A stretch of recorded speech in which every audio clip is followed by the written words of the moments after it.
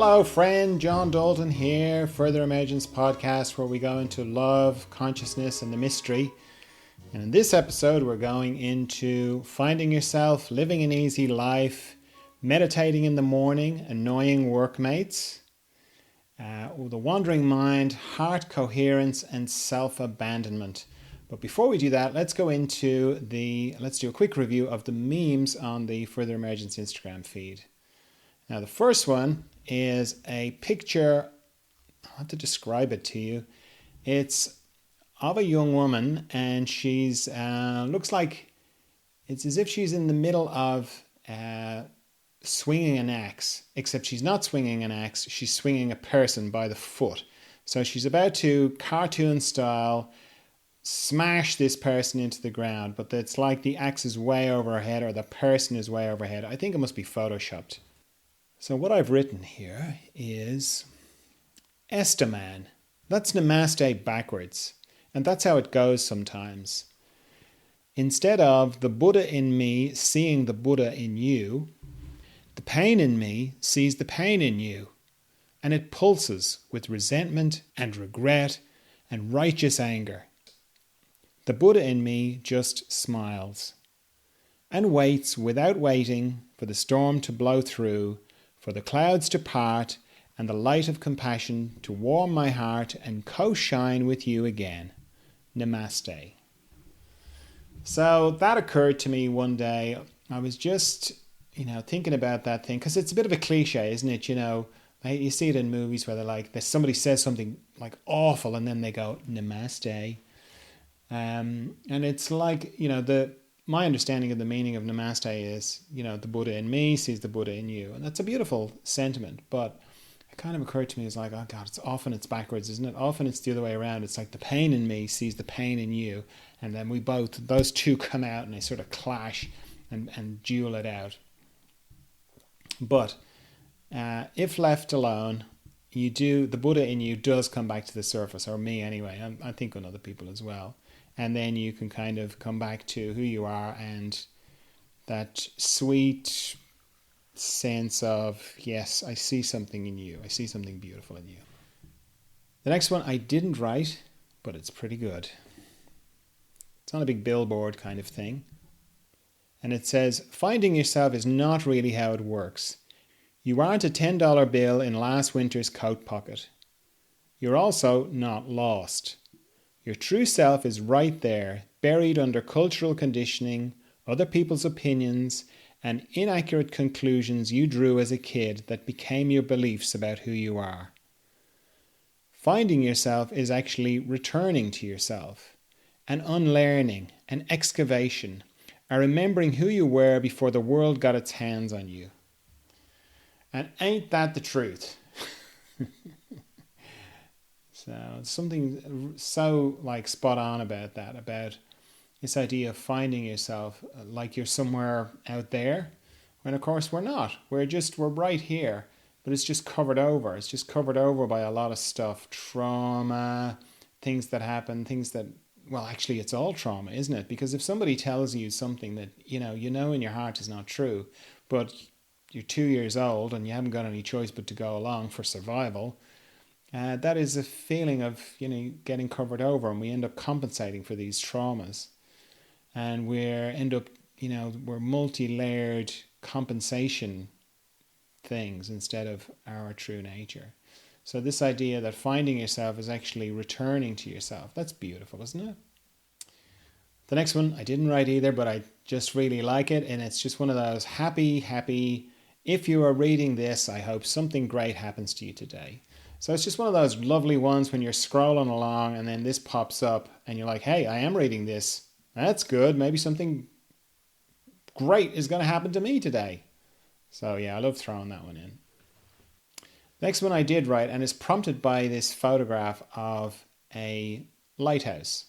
Nothing too special about that, but this particular lighthouse is on it's on a piece of rock, and everything around the rock has eroded. So it looks really precarious. The lighthouse is way bigger than the rock itself, and all around, the erosion is nearly come in under the lighthouse. So it's very wobbly looking. And what I wrote is, sometimes it can feel like this, like you've been eroded at the root, like you're just about keeping it together to keep the light shining. It feels like any minute you could topple over and that would be that. The good news is the light doesn't care. It only knows shining. It only knows about blasting itself far and wide, not caring who or what it lands on or who notices. It can't help itself. The conduit it comes through is not its concern. It lives to blaze. P.S. You are the light. P.P.S. The light is love.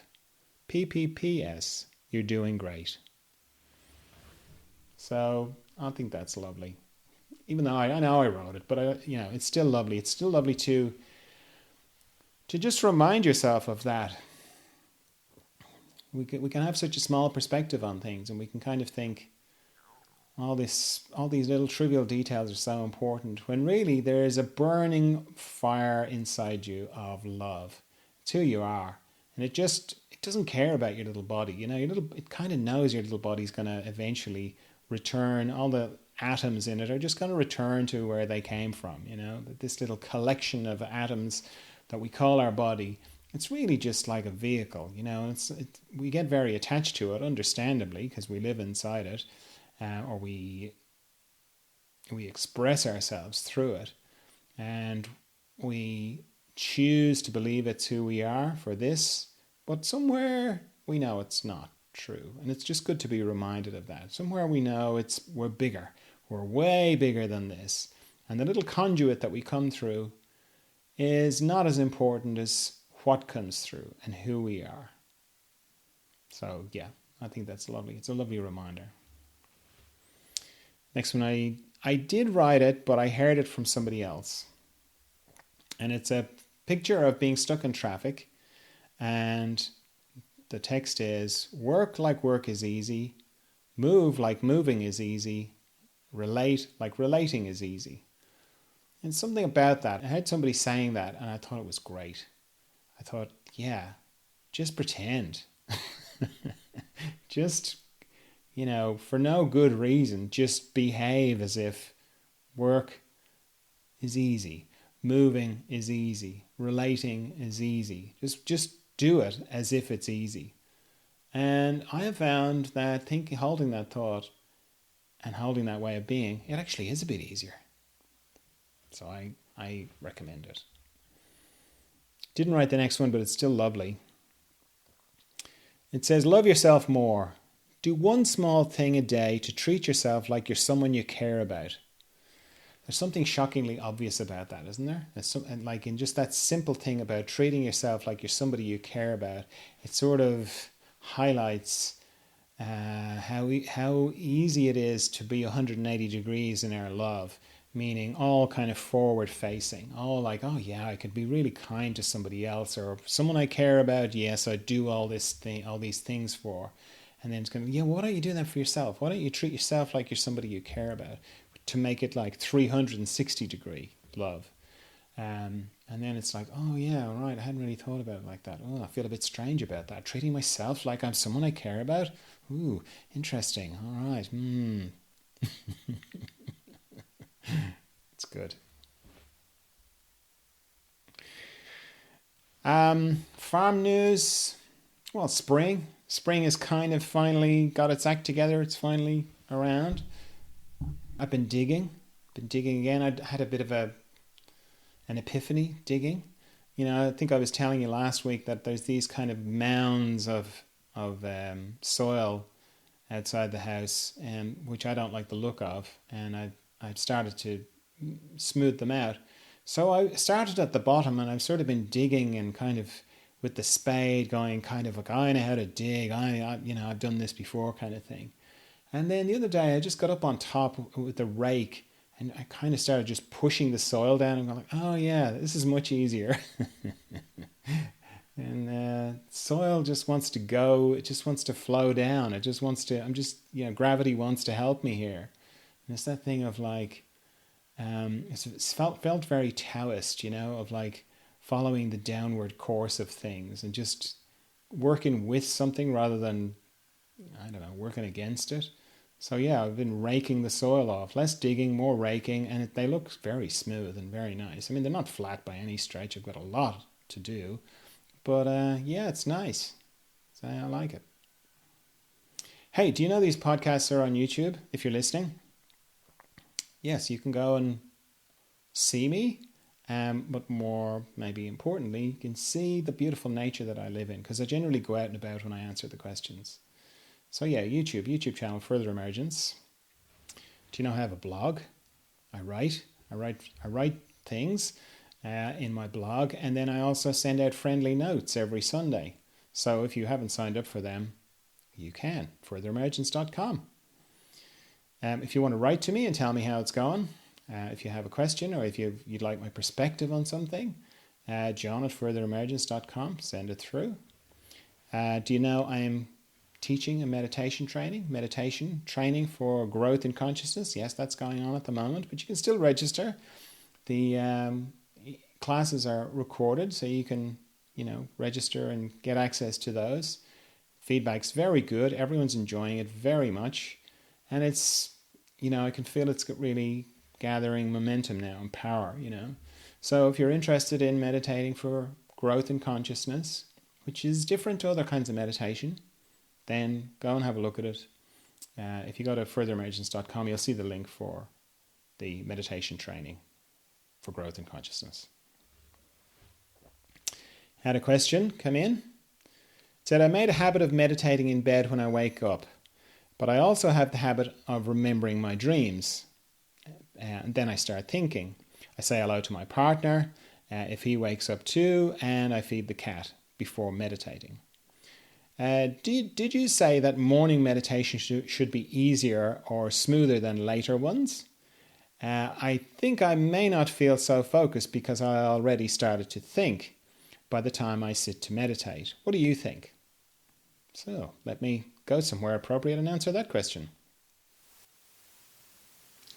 What I said was that the first meditation of the day is different to the rest because you're still close to sleep. You're still just coming out of the mystery. So often you feel like you finish off your dreams in a way. Like often I feel like I wake up, I sit up. It's important to sit up straight. Then I meditate. And when I finish that meditation, I feel like I've woken up a second time.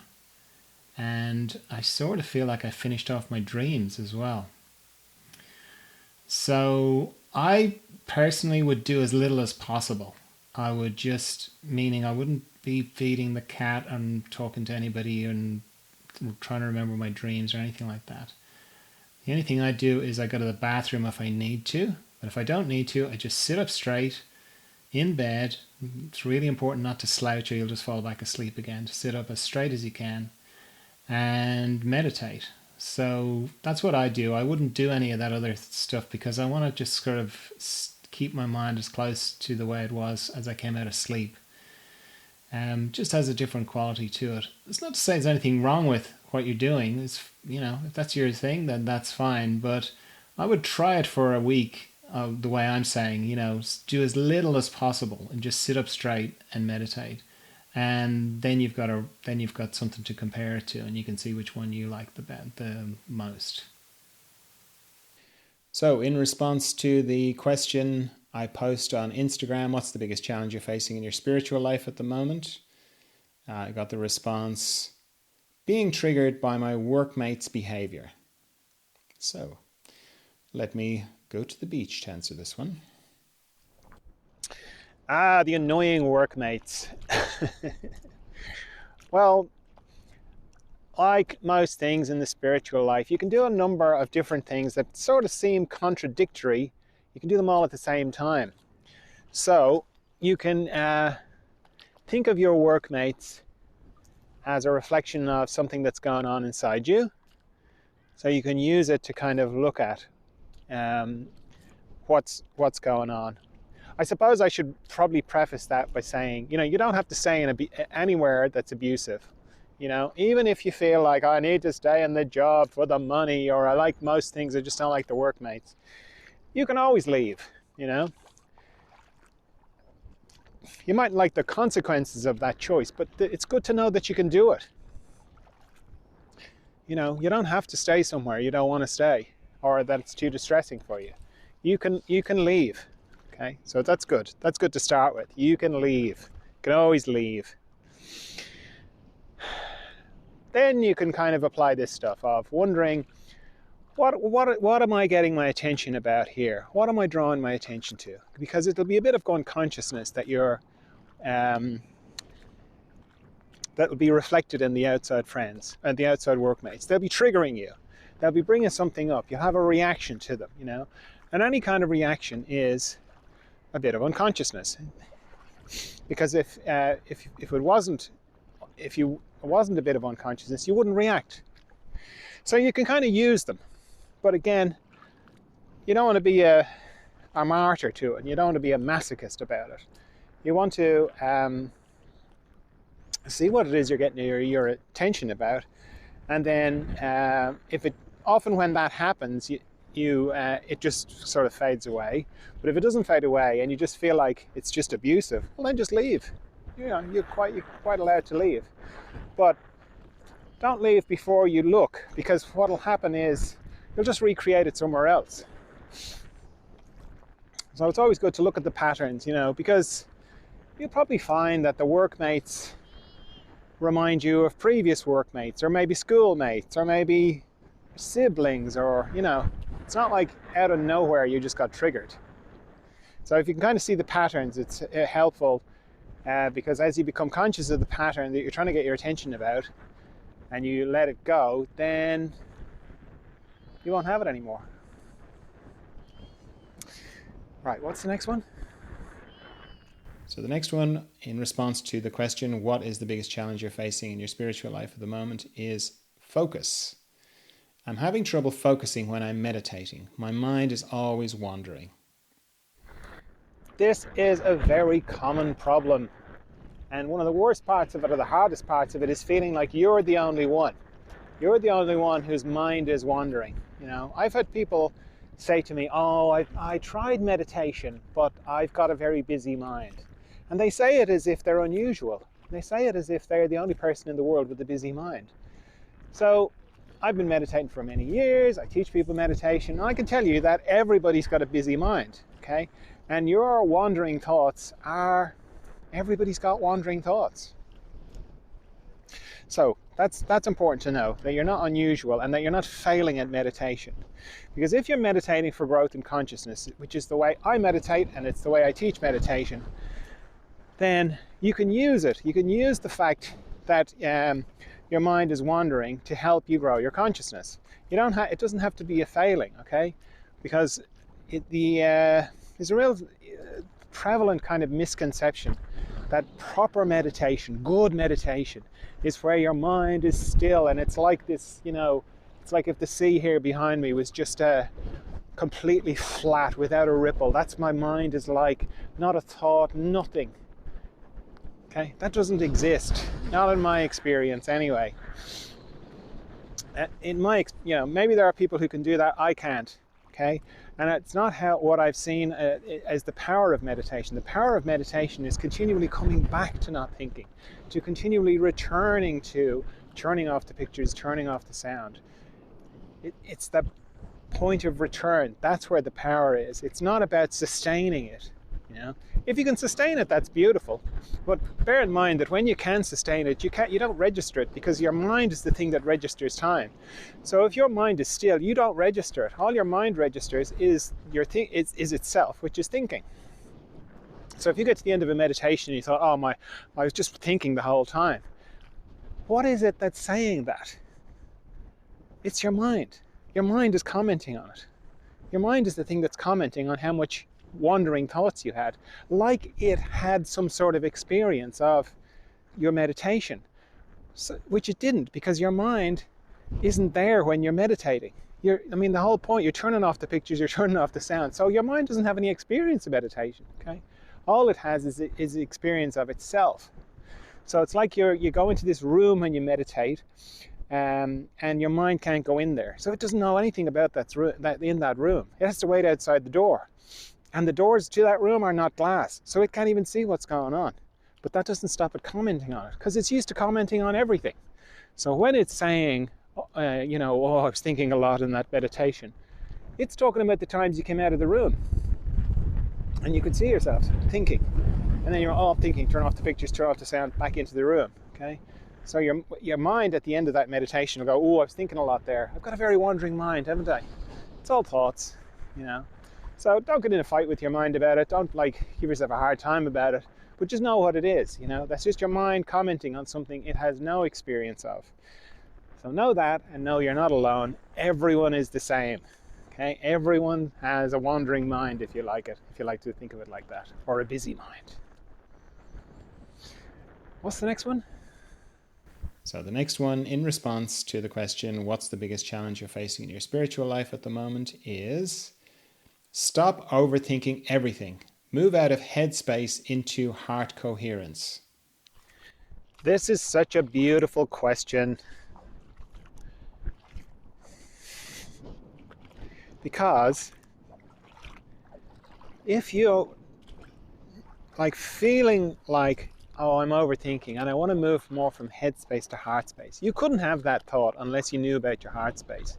You couldn't have that thought unless you were a heartfelt, caring kind of person, okay? So because you're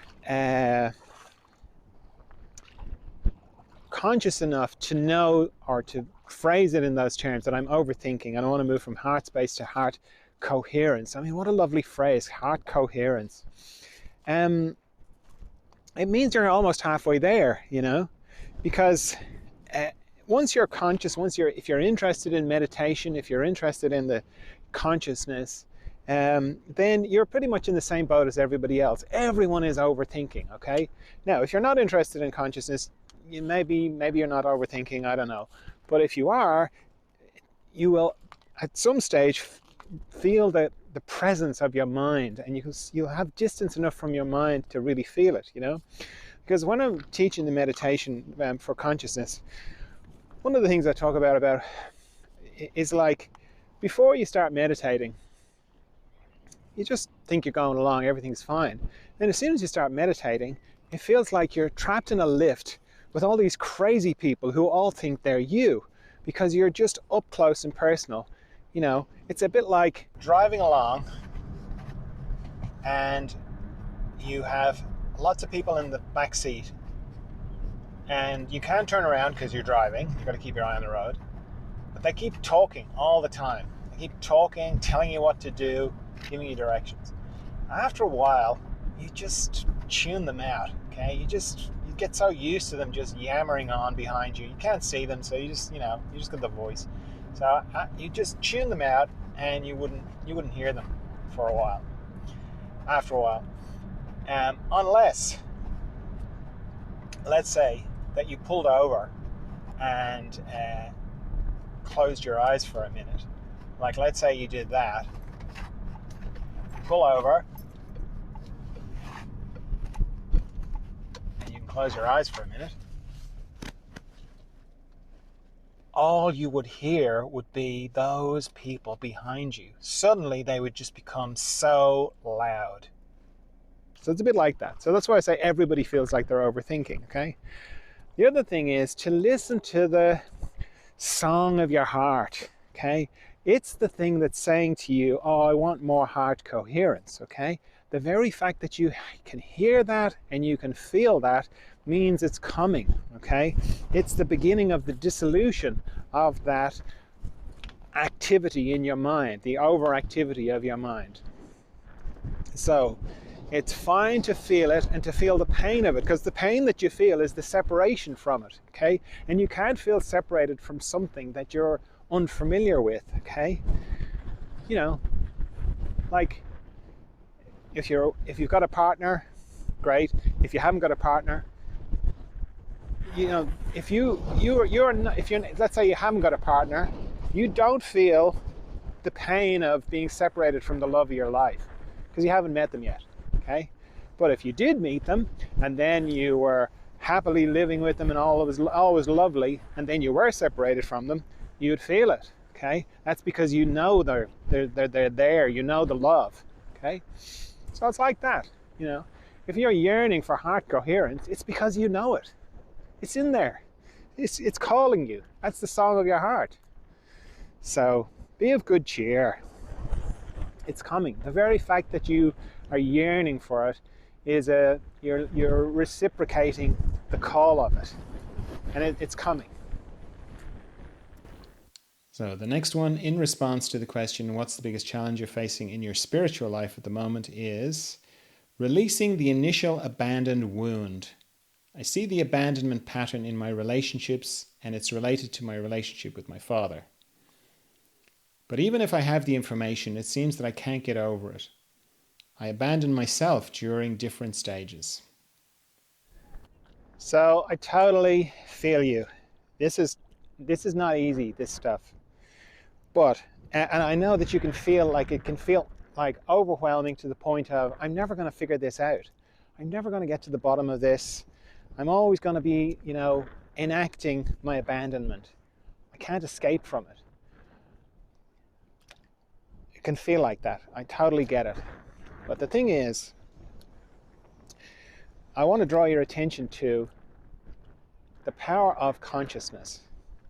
So let me tell you a quick little story to illustrate what I mean. So there's this lady, or man, doesn't matter, and they're really into diamonds, okay? And they have a beautiful diamond ring. It is worth $10,000, euro, whatever. It's very expensive, and they love it. So they're always looking at it, you know, in conversation. They're always like, you know, they'll bring their hand up to their face in conversation. They'll try and get it in the conversation if they can. They take really good care of it. It has a special little pillow beside their bed that they put it on every night. They just love this ring. And a year after they first get it, they go, oh, you know, diamonds have gone up in value. I think I'll go and get this appraised. And they go to the assayer, and the assayer says, this is a fake. This is not worth $10,000. It's only worth $50. So the person is very disappointed about this. And they're not the sort of person who gets into a fit of rage and just chucks the diamond. They go, oh, well, fine.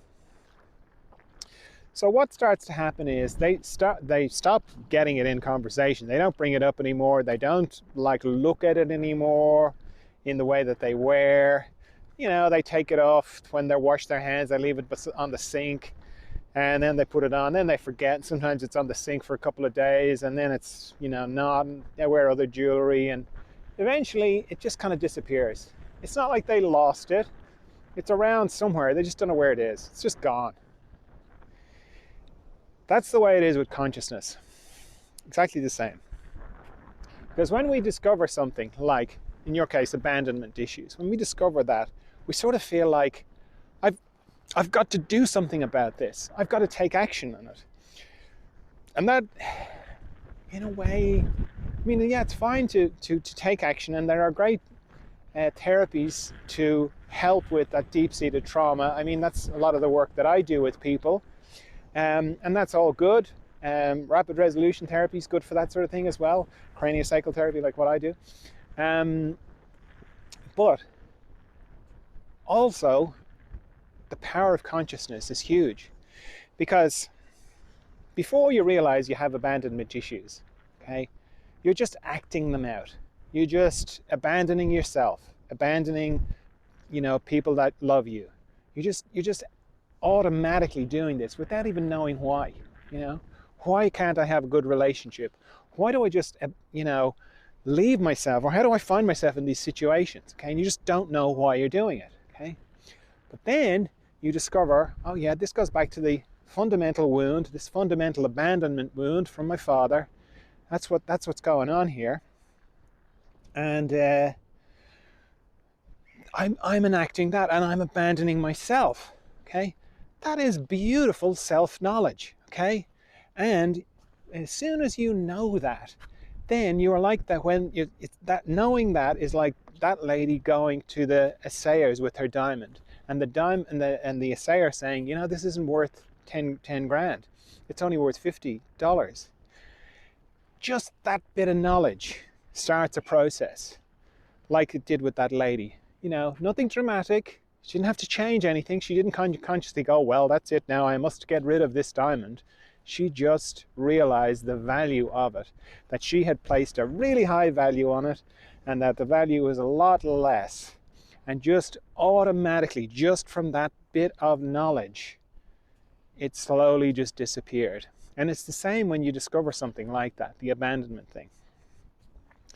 And I mean, yes, as I say, get help with it for sure. Getting help is great, because getting help is like, the idea behind getting help, because we can kind of feel, this is a bit personal, it's a bit awful, I don't want help with it. That is like saying, I'd really like to have a lovely back massage, but I'm going to do it myself. I'm just going to do this back massage myself, okay? It's a bit like that, okay? So definitely get help, but don't underestimate the power of consciousness. Just as soon as you become conscious of something, it will start to fade, because now you realize the value, the disproportionate value you placed on it. All right, that's all I've got for you this time. I trust you're well. I trust you're of good cheer. I'll talk to you again soon. Bye.